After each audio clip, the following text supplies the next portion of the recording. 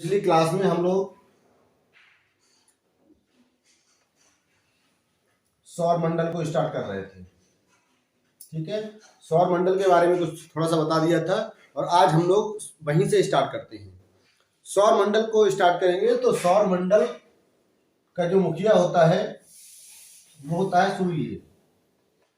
ठीक है, तो आज हम लोग यहीं से स्टार्ट करेंगे। सौर मंडल में क्या होता है, सेंटर में होगा आपका सन, उसके चारों ओर आपके 8 ग्रह होंगे। ठीक है, तो सबसे पहले हम यहाँ से स्टार्ट करेंगे। सबसे पहले सूर्य को पढ़ लेंगे और सूर्य के बाद हम लोग बारी बारी से ग्रह को पढ़ते हुए जाएंगे और अंत में सबसे लास्ट में हम लोग पृथ्वी के बारे में पढ़ेंगे, अपनी पृथ्वी पर उतर जाएंगे। तो आइए स्टार्ट करते हैं आज सौर मंडल से, और सौर मंडल में भी हम स्टार्ट करेंगे आज सूर्य से। ठीक है, तो आज हम सूर्य की आंतरिक संरचना पढ़ेंगे। सूर्य की 2 तरह की संरचना होगी, एक आंतरिक संरचना होगी और एक बाह्य संरचना होगी। बाह्य संरचना से मतलब अगर आप हमको कैमरे में देख रहे हैं तो अभी आप हमारी चमड़ी देख पा रहे हैं ना, हमारी गुर्दा, किडनी, दिल, ये सब तो नहीं देख पा रहे हैं। ये जो गुर्दा, किडनी, दिल, ये सब जो है हमारी आंतरिक संरचना है और बाहर से जो आपको दिख रहा है वो हमारी बाह्य संरचना है। तो हम बाहर की संरचना सूर्य की बाद में पढ़ेंगे और आज स्टार्ट करते हैं हम आंतरिक संरचना से। ठीक है, तो सूर्य की कुल मिला के 6 परतें होती हैं।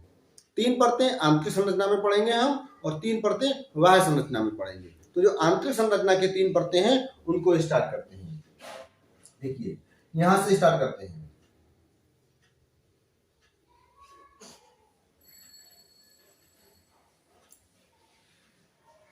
इस तरह से सूर्य की जो अंदर वाली परत होगी, आंतरिक संरचना है ये।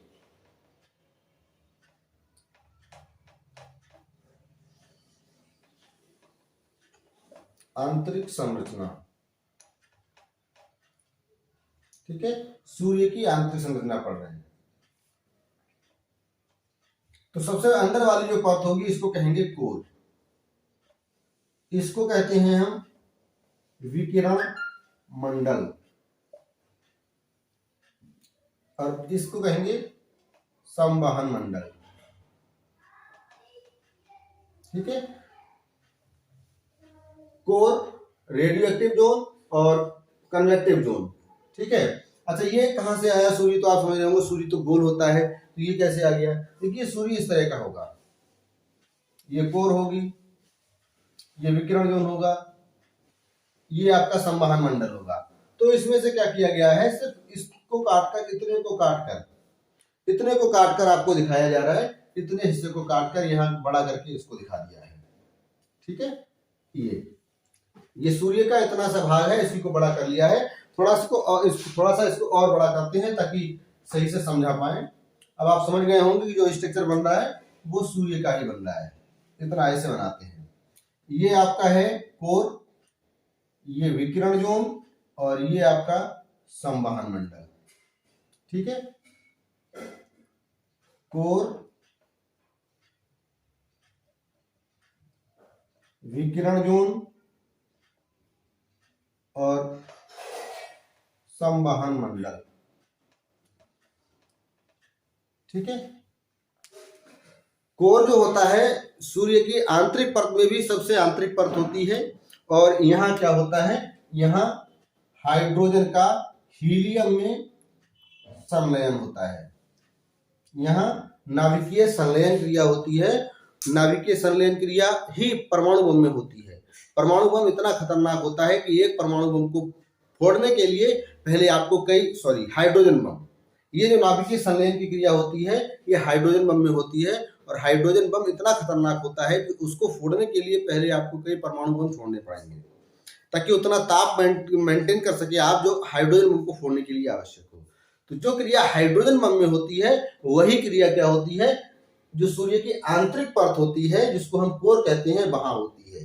वहां क्या होता है, हाइड्रोजन का हीलियम में संलयन होता है और इस क्रिया की वजह से यहाँ ताप जो होता है 15 मिलियन ताप हो जाता है।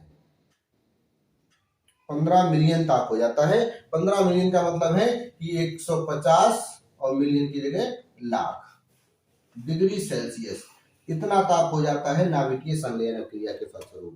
तो ये सारा ताप कहाँ होता है, आपका कोर में होता है। सबसे ज्यादा ताप होता है कोर का। कोर में नाभिकीय संलयन क्रिया होती है, क्या होता है, वहां हाइड्रोजन का हीलियम में संलयन होता है और इस संलयन अभिक्रिया की वजह से कोर का ताप 15 मिलियन हो जाता है, यानी कि 150 लाख डिग्री सेल्सियस इसका ताप हो जाता है। ठीक है, जिसके कारण क्या होता है, यहाँ की जो गैसें होती हैं वो प्लाज्मा में बदल जाती हैं। ठीक, यहाँ जो क्या होता है, गैसें प्लाज्मा में बदल जाती हैं और यहाँ का ताप कितना होता है, 15 मिलियन ताप होता है। ये होता है आंतरिक परत, सूर्य की आंतरिक परत। आइए इसके बाद चलते हैं हम विकिरण जोन में। ये विकिरण जोन होती है, यहाँ गामा का उत्सर्जन होता है। गामा एक खतरनाक किरण होती है जो कि बहुत ज्यादा चीजों को, मतलब चीजों को भेज सकती है, और यही वो किरण है, गामा यही वो किरण है जिसको हमारे जो वायुमंडल की ओजोन परत होती है वो रोक लेती है। गामा को, इस गामा परत जो विकिरण होता है, इसको हमारी जो ओजोन परत है वो रोक लेती है। यहीं से एक और किरण, एक्स किरण उत्सर्जित होती है। एक्स किरण केवल हड्डी को छोड़कर बाकी सभी को भेज जाती है, इसी से हमारा एक्सरे होता है। ठीक है, यहीं से फोटान उत्सर्जित होते हैं। यहाँ ताप तो होता है, बाकी इन किरणों का उत्सर्जन जो होता है वो कहाँ से होता है, विकिरण मंडल से होता है। सबसे ज्यादा ताप किसका होता है, कोर का। गामा, एक्स और फोटान का उत्सर्जन कहाँ से होता है, विकिरण जोन से होता है। फोटान को ही हम क्या कहते हैं, सूर्य का प्रकाश कहते हैं। फोटान ही क्या है, सूर्य का प्रकाश है। ठीक है, इतना तो आप विकिरण जोन के बारे में जानिए। उसके बाद आते हैं संवहन मंडल। यहाँ संवहन मंडल में क्या होता है, हाइड्रोजन के सेल बन जाते हैं। इस तरह से हाइड्रोजन गैस के चैम्बर बन जाते हैं। यहाँ हाइड्रोजन गैस के चैम्बर बन जाते हैं। अब आपने देखा कि यहाँ जो कोर में 15 मिलियन जो टेम्परेचर था, यहाँ से क्या होता है, ज्वाला, सूर्य की जो आग होती है, लपटें होती हैं, वो कभी कभी क्या होती है,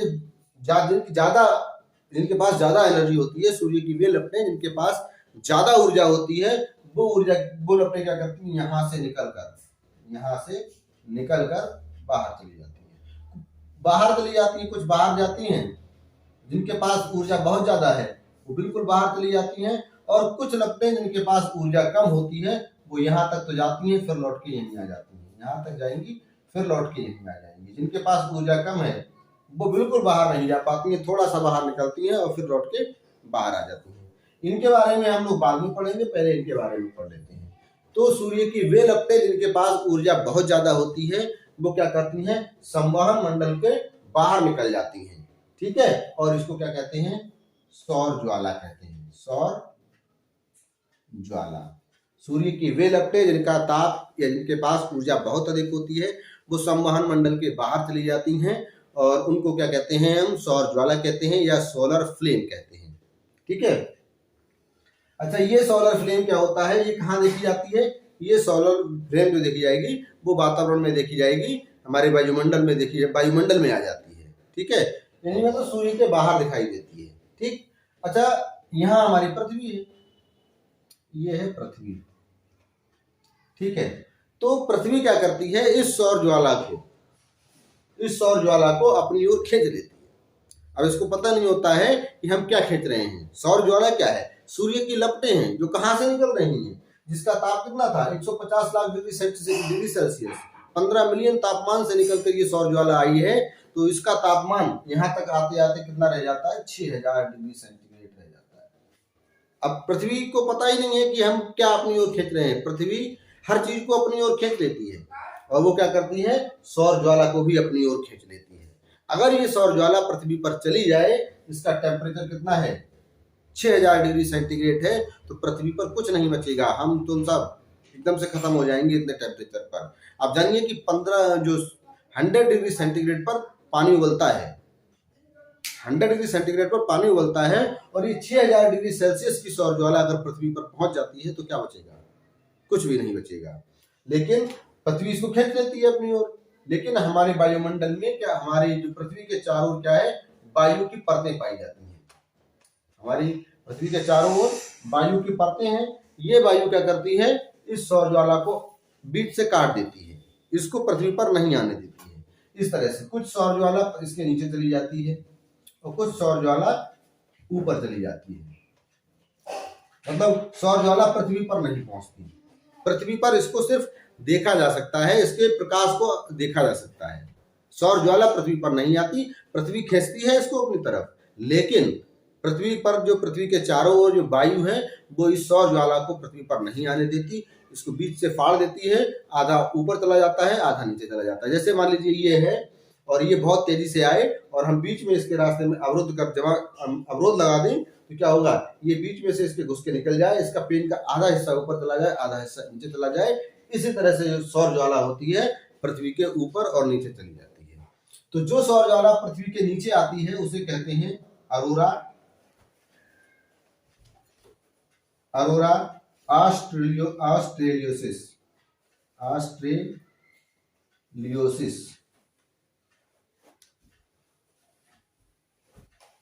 और जो ऊपर जाती है उसे कहते हैं अरोरा बोरियोलिस। ठीक है, अगर ब्लैक बोर्ड पर दिखाई नहीं दे रहा है तो आप समझ लीजिए, जो सौर ज्वाला पृथ्वी के नीचे की साइड जाएगी उसे कहेंगे अरोरा ऑस्ट्रेलियोसिस, क्योंकि ऑस्ट्रेलिया जो है वो नीचे की ओर है, अरोरा ऑस्ट्रेलियोसिस। और जो सौर ज्वाला पृथ्वी के ऊपर की ओर जाएगी उसे कहेंगे अरोरा बोरियोलिस। ठीक है, अब ये देखिए, जब सौर ज्वाला आ रही थी तो क्या हुआ था, जो पृथ्वी के चारों ओर वायु थी उस वायु ने इसका विरोध किया। ठीक है, ये सौर ज्वाला आ रही है और इधर से ये क्या कर रही है, वायु इसका विरोध कर रही है। दोनों में यहाँ क्या हो रहा है, घर्षण हो रहा है। दो परतें, एक सौर ज्वाला की और दूसरी वायु के परतें क्या हो रही हैं, एक दूसरे में रगड़ उत्पन्न कर रही हैं। ठीक है, और जब रगड़ उत्पन्न होती है तो क्या होता है, एक ध्वनि उत्पन्न होती है। उस ध्वनि को क्या कहते हैं, हम विसलर कहते हैं। विसलर क्या है, एक ध्वनि है जो सौर ज्वाला और वायु के घर्षण के स्वरूप उत्पन्न होती है। नीचे भी उत्पन्न होगी, ऊपर भी उत्पन्न होगी। विसलर क्या है, एक ध्वनि है, एक प्रकार की ध्वनि है जो सौर ज्वाला और वायु के घर्षण के फलस्वरूप उत्पन्न होती है। आप समझ गए कि यहां से क्या होता है, ये सौर ज्वाला निकलेगी, यहाँ जाएगी, पृथ्वी इसको अपनी ओर खींचेगी और पृथ्वी अपनी ओर जब खींचती है तो वायु की जो परतें हैं वो वायु की परतें इसको दो भागों में बांट देती हैं, पृथ्वी पर नहीं आने देती हैं सौर ज्वाला को। जो सौर ज्वाला नीचे की ओर जाएगी उसे अरोरा ऑस्ट्रेलियोसिस कहते हैं और जो सौर ज्वाला ऊपर की ओर जाएगी उसे अरोरा बोरियोलिस कहते हैं।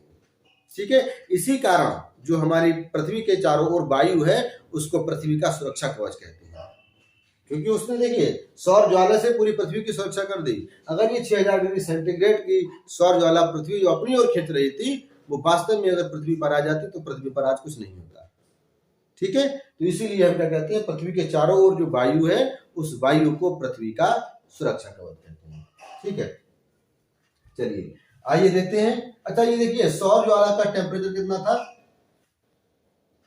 6000 डिग्री सेंटीग्रेड। लेकिन कुछ सौर ज्वाला ऐसी थी जिसका टेम्परेचर कम था, वो बाहर नहीं जा पाई और लौट के फिर से यहाँ आ गई।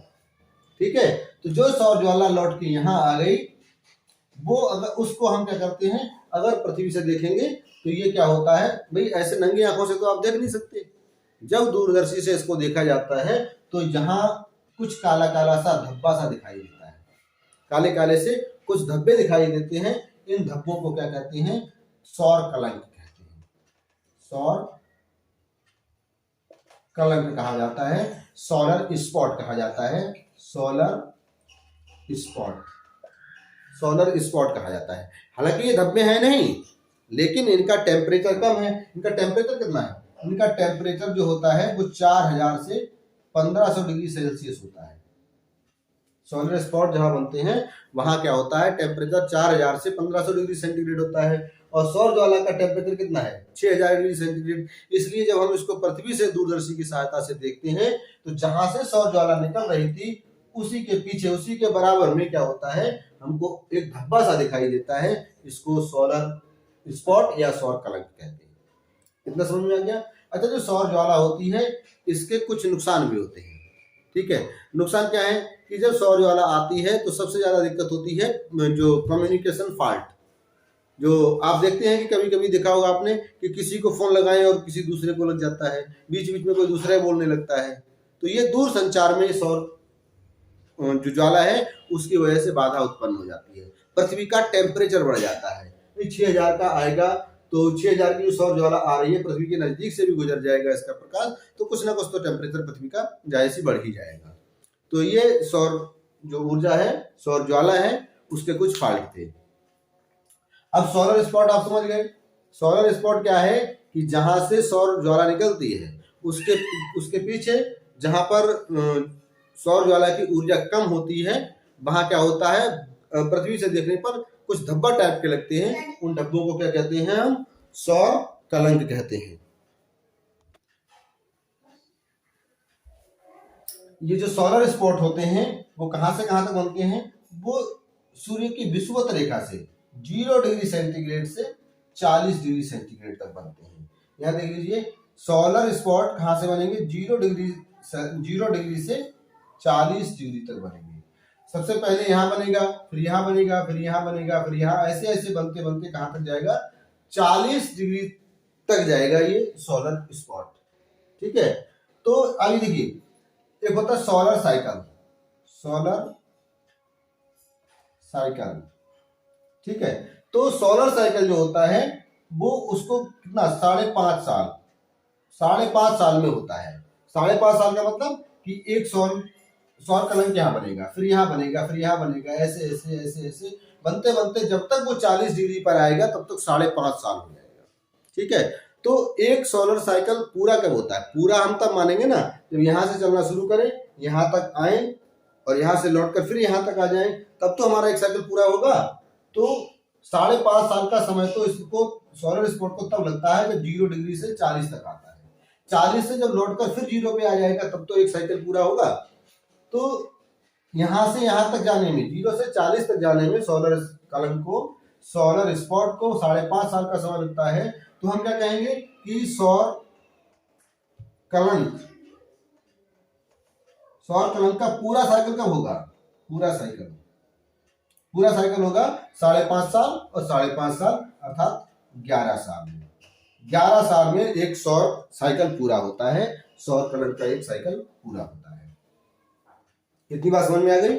सौर कलंक कहां से कहां तक बनते हैं? 0 डिग्री से 40 डिग्री तक। ठीक है, तो 0 से 40 तक जाने में और वापस फिर आने में उसको कितना साल लगता है? 11 साल लगता है। इसको हम क्या कहते हैं? सौर साइकिल कहते हैं। सौर साइकिल को पूरा होने में कितना समय लगता है? 11.5 वर्ष का समय लगता है। अब एक वर्ड सुनेंगे आप, सोलर इवेंट।